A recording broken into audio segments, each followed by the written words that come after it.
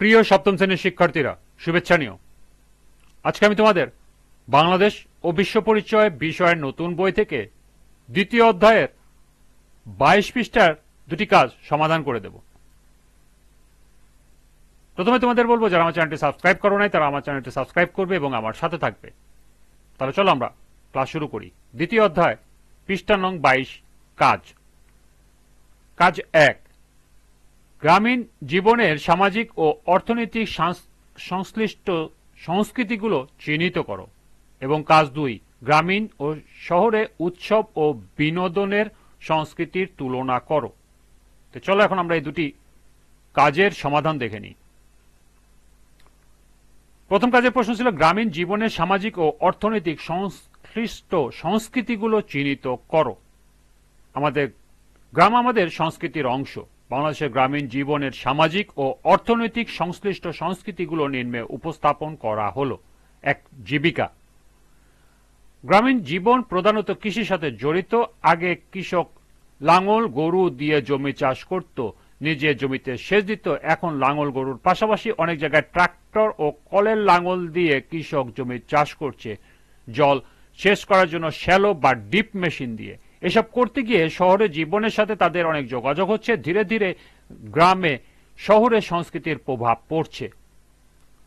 দ্বিতীয়টি হলো খাদ্যাভ্যাস। আগে কৃষকের গোলায় থাকতো ধান, নদী নালা খাল বিলে থাকতো প্রচুর মাছ, জাল ফেলে মাছ সংগ্রহ করা যেত। এখন অনেক নদী নালা ভরাট হয়ে গেছে। আগের মতো গ্রামে মাছ সহজলভ্য নয়, তবু গ্রামের মানুষ সাধ্যমতো মাছ, ভাত, শাকসবজি, ডাল ইত্যাদি খায়।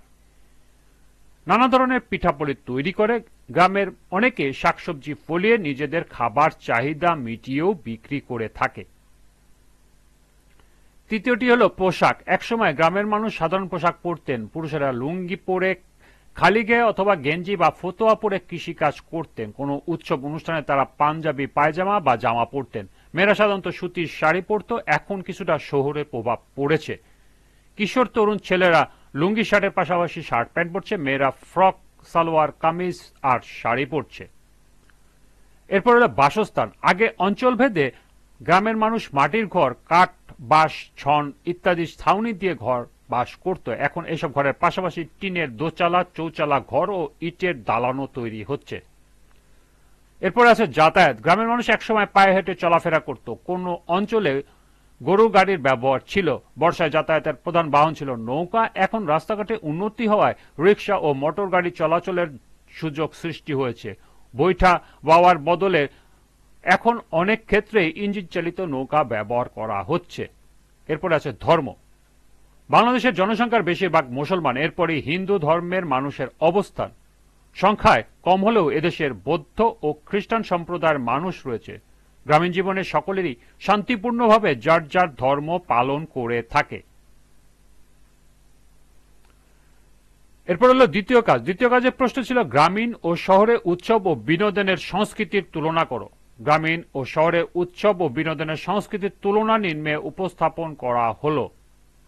বাম পাশে আছে গ্রামীণ উৎসব ও বিনোদন এবং ডান পাশে আছে শহরে উৎসব ও বিনোদন।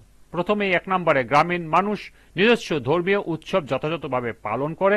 অন্যদিকে শহরে বাস করা বিভিন্ন ধর্মের মানুষ গ্রামের মানুষের মতোই ধর্মীয় উৎসব উদযাপন করে। 2 নম্বরে আছে, গ্রামের মানুষ বিয়ের অনুষ্ঠানে প্রভৃতি সকল ধর্মের মানুষ একসাথে উদযাপন করে। অন্যদিকে শহরের মানুষ গ্রামের মানুষের মতোই সকল ধর্মের মানুষের সাথে একসাথে উদযাপন করে থাকে। 3 নম্বরে আছে, গ্রামের মানুষ বৈশাখী মেলা উদযাপন করে থাকে। অন্যদিকে শহরের মানুষ জাঁকজমকের সাথে পয়লা বৈশাখ উদযাপন করে থাকে। 4 নম্বর আছে, গ্রামের মানুষ নবান্ন উৎসব পালন করে থাকে। অন্যদিকে শহরের মানুষ নবান্ন উৎসব পালন করে না। এবং 5 নম্বরে আছে, গ্রামের মানুষ পয়লা ফাল্গুন পালন করে না। অন্যদিকে শহরের মানুষ পয়লা ফাল্গুন অনেক বেশ জাঁকজমকের সাথে পালন করে থাকে। এরপরে 6 নম্বরে আছে, গ্রামের মানুষ নৌকা বাইচ প্রতিযোগিতার আয়োজন করে। অন্যদিকে শহরের মানুষ নৌকা বাইচ প্রতিযোগিতার আয়োজন করে না। 7 নম্বরে আছে, গ্রামের মানুষ ব্যবসায়ীদের হালখাতা উৎসব পালন করে থাকে। অন্যদিকে শহরের মানুষ ব্যবসায়ীদের হালখাতা উৎসব পালন করে না। এবং সর্বশেষ 8 নম্বরে আছে, গ্রামের মানুষ বিনোদনের উল্লেখযোগ্য বিষয় হিসাবে রাতভর যাত্রা, পালাগান, কবিগানের আসর বসে।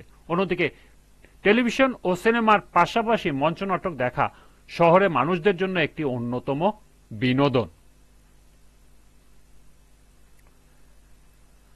এই ছিল এই দুটি কাজের সমাধান। আজকের ক্লাসটি এ পর্যন্তই।